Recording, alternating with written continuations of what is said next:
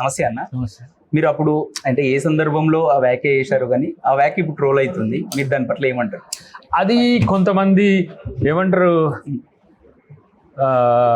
ఆ సందర్భం వేరు అసలు. నిరంతరము ప్రజల మధ్యన విఘాతం కల్పించాలనే దుష్ట శక్తుల యొక్క పన్నాగం అది. కాబట్టి దాంట్లో వాళ్ళ పట్ల మనం ప్రేమగా ఉండాలి, ఎందుకంటే లేకపోతే మళ్ళీ సైకోగాళ్ళకి తయారైపోతుంది వాళ్ళు. కాబట్టి కొంతమంది పెట్టి అన్న సోషల్ మీడియాలో వచ్చే వాటి మీద మనం మొత్తం కంప్లైంట్ చేద్దామంటే ఇక అది కంప్లైంట్ చేసేది కాదు. కంప్లైంట్ చేసి ఇప్పుడు మాట్లాడు అద్దెకి దయకర్ అని చెప్పేసి అని కూడా కామెంట్స్ వినిపిస్తున్నాయి, మీరేమంటారు? వాడేవాడు పనికిరానోడు రెచ్చగొడతాడు, వానికి పనిపాట లేనోడు, రోజువారి కూలీ ఉంటుంది. సో దాంట్లో ఎక్కువ ఉంటే అట్లాంటి వాళ్ళు చేసే ప్రయత్నం తప్పితే దాని గురించి మనం పట్టించుకోవాలి. ఈ దాడులను అయితే ఇప్పుడు మీరు ఎలా చూస్తారు? డెఫినెట్గా దీన్ని మనం తీవ్రంగా ఖండించడంతో పాటు భారత ప్రభుత్వం తీసుకునే ప్రతి నిర్ణయాన్ని మనం సమర్థించాల్సిన సందర్భం. ఎందుకంటే ప్రధానమంత్రి గారికి మరింత భరోసా ఇచ్చే విధంగా భారత జాతి ఉండాల్సిన సందర్భం, భారత రాజకీయ వ్యవస్థ కూడా ఉండాలి. ఇలాంటి పరిస్థితుల్లో రాజకీయాలకు తావులేదు. రాజకీయాల కంటే అతీతంగా మానవీయ కోణం నుంచి ఈ సందర్భాన్ని మనం గమనించాలి. కాబట్టి ఇక్కడ పోయిన ప్రాణాలు రేపటి రోజున మళ్ళీ దాడులు చేస్తారనే పరిస్థితులు ఉన్నప్పుడు మన మధ్యన మనం ఐక్యతను చాటుకోవాల్సిన ఒక సందర్భం అయితే దీన్ని నేను అనుకుంటున్నాను. కేంద్ర ప్రభుత్వం కొన్ని ఆంక్షలు పెట్టడం జరిగింది పాకిస్తాన్ పైన, మీరు దాన్ని ఎలా ఆలోచిస్తారు? ఆంక్షలు పెట్టడం కాదు, అవసరమైతే ఆ స్థాయి వాళ్ళు కనుక నెగిటివ్ చేస్తే ఎంతకైనా తెగించాల్సిన సందర్భం వస్తుంది. ఎందుకంటే ఇప్పుడు అది తలకాయ నొప్పిగా మారింది, మనకు తలనొప్పిగా మారింది.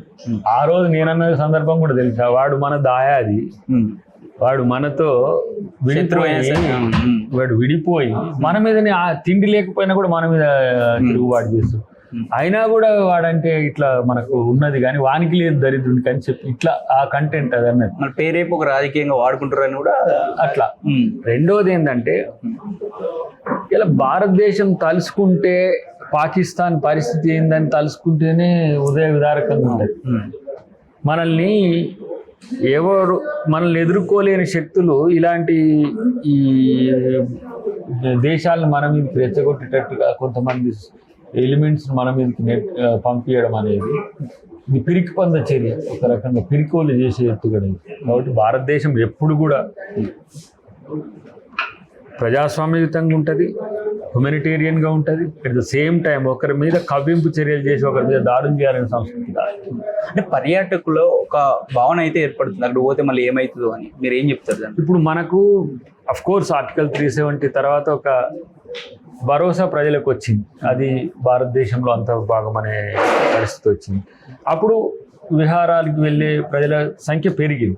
ఇప్పుడు మనకు చార్ధామ్ ఎట్లా పోతామో జమ్మూ కాశ్మీర్ అట్లా పోయే పరిస్థితిలో మరొకసారి అమర్నాథ్ యాత్ర లక్ష్యంగా సాగిన దాడి అని నేను అనుకుంటున్నాను. ఎందుకంటే దానికి చాలా ప్రీషియస్, చాలా సెయింట్ఫుల్ యాత్ర అది అన్నిటికంటే ఎక్కువ. నేను కూడా గతంలో మన జమ్మూ కాశ్మీర్ పోయినప్పుడు వైష్ణోదేవికి పోయినాం. అది 13 కిలోమీటర్ల పై ఎత్తు ఉంటుంది మొత్తం నడక. అఫ్కోర్స్ ప్లిజెంట్గా ఉంటుంది, కానీ ఇలాంటి మూకదాడుల భయమే ఉండేది. కొంతమంది గుర్రాల మీద పోయేది, అది కొంచెం ప్లెయిన్ ఏరియాలో ఉంటుంది, జమ్మూ ప్రాంతంలో ఉంటుంది. సో ఇక్కడ ఈ ప్రాంతం కొంచెం కంజెస్టెడ్గా ఉండడం వల్ల ఈ దృష్టాంతం జరిగింది. బట్ నేనేమంటున్నానంటే భయపెట్టడం వల్ల భారతీయుల్ని ఎవరేం సాధించలేరు, ప్రేమతోనే గెలవగలరు. భయపెట్టేటోళ్లను చరిత్రలో చాలా మందిని ఏ విధంగా భారతదేశం పీచుమనిసిందో అట్లనే ఇప్పుడు పాకిస్తాన్ లాంటి దేశాలకు కూడా అదే గట్టిపడుతుంది. కాబట్టి భారతదేశం ఓపిక సంయమనం అనేది చేతగానితనం కాదు. డెఫినెట్గా అది ఒక అంతర్జాతీయ చట్టాలకు, అంతర్జాతీయ విధానాలకు అనుకూలంగా భారతదేశం ఈరోజు మౌనంగా ఉంటుంది తప్పితే తలుచుకుంటే ఎవరు కూడా మన దగ్గర కూడా రాలేని స్థితి అయితే ఉన్నది. బీజేపీ కావచ్చు, హిందూ సంఘాలు కావచ్చు, హిందువుల పైన దాడిగానే చూస్తున్నాం అని ఒక వాదన. ఒక రకంగా హిందూ దేశంపై దాడి అన్నట్టే కదా. అది రకంగా వాళ్ళు చూస్తున్న దృష్టి పేరు అడిగారు, ఏ మతం అడిగి మరి దాడి చేశారు అని చెప్పేసి. ఇప్పుడు వాళ్ళది ఏంటంటే ఆ స్పెసిఫికేషన్, ఎవరైతే ఉగ్రవాదుల లక్ష్యాలే విఘాతము, విభజన. ఎవరైతే విభజన చేసి విఘాతాలు సృష్టించాలనుకునే ఎవరికైనా ఉగ్ర తరహా మైండ్ ఉన్నట్లు. కాబట్టి ఇక్కడ వాళ్ళు చేసిన చర్య డెఫినెట్గా మన మధ్యన విభజన తెచ్చే విధంగా ఉన్నాయి. దాన్ని మనం తీవ్రంగా వ్యతిరేకించాలి. ఇప్పుడే మనం మత సహనము పరమతాల పట్ల వాళ్ళు చేసే రెచ్చగొట్టే ధోరణికి మనం పోకుండా ఉండాల్సి ఉంటుంది.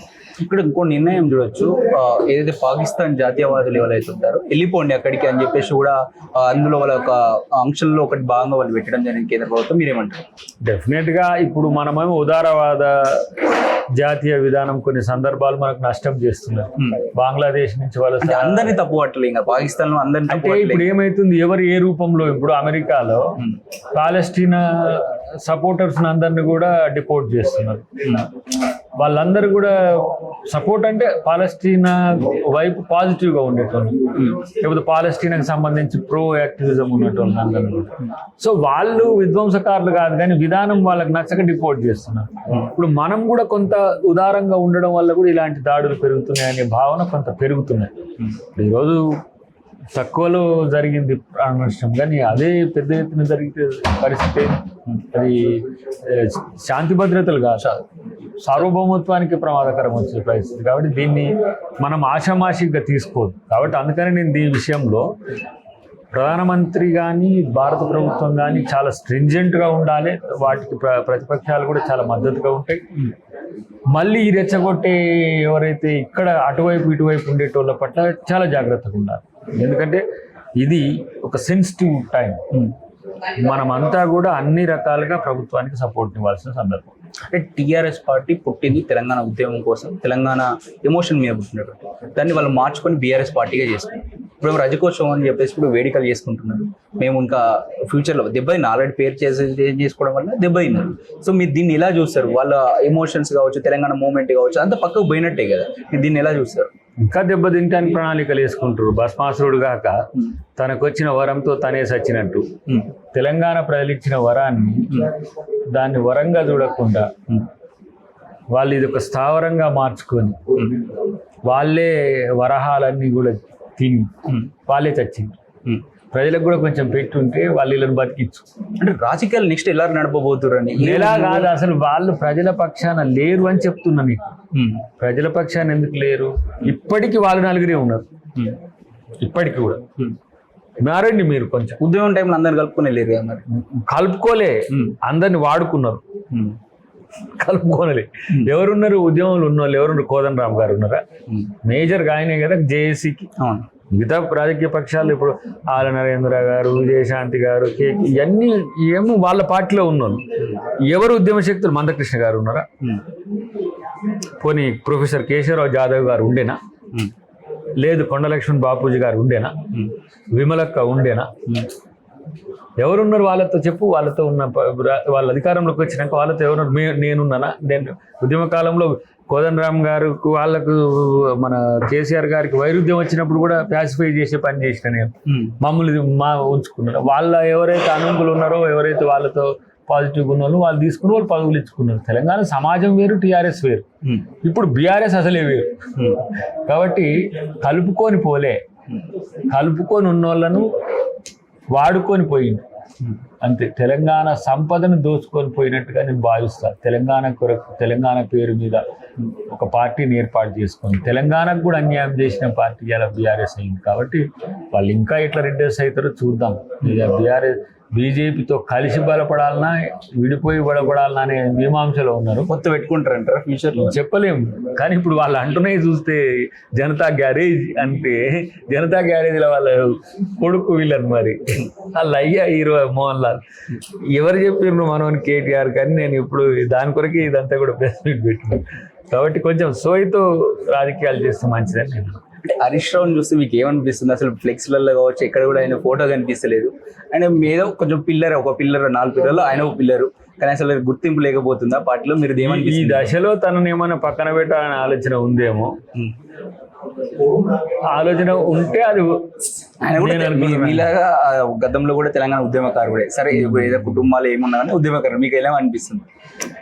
అంటే వాళ్ళు ఇక అవసరానికి దేనికైనా వాళ్ళు వినియోగించుకుంటారు. వాళ్ళు సస్టైన్ కావడం ఫస్ట్. కొడుకు కంటే ఎక్కువ అల్లుడైతే కాదుగా.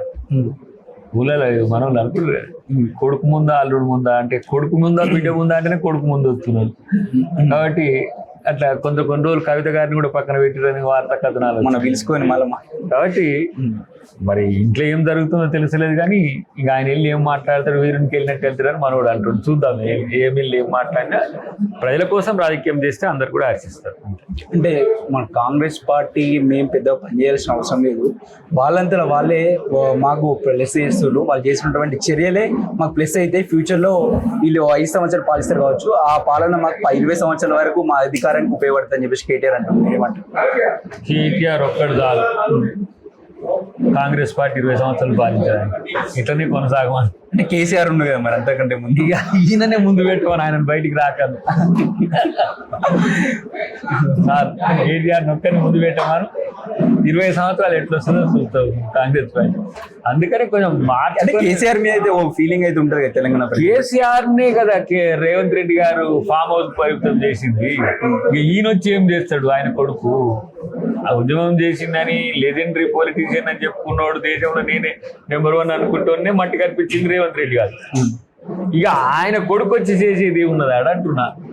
కాబట్టి అవన్నీ కూడా జరుగుతున్న పరిణామాలన్నీ కూడా కాంగ్రెస్ పార్టీ గమనిస్తూనే ఉన్నది.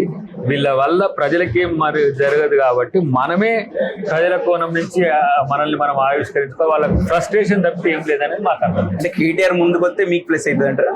డెఫినెట్ గా. ఇట్లా జనతా గ్యారేజ్ జోకులు చెప్తే ఎట్టుంటది? జనతా గ్యారేజ్ లో నువ్వు చూసినావు కదా సినిమా, మోహన్ లాల్ హీరో, ఎన్టీఆర్ వీళ్ళతో పాటు వీళ్ళు ఒక మిషన్ కొరకు చేస్తారు.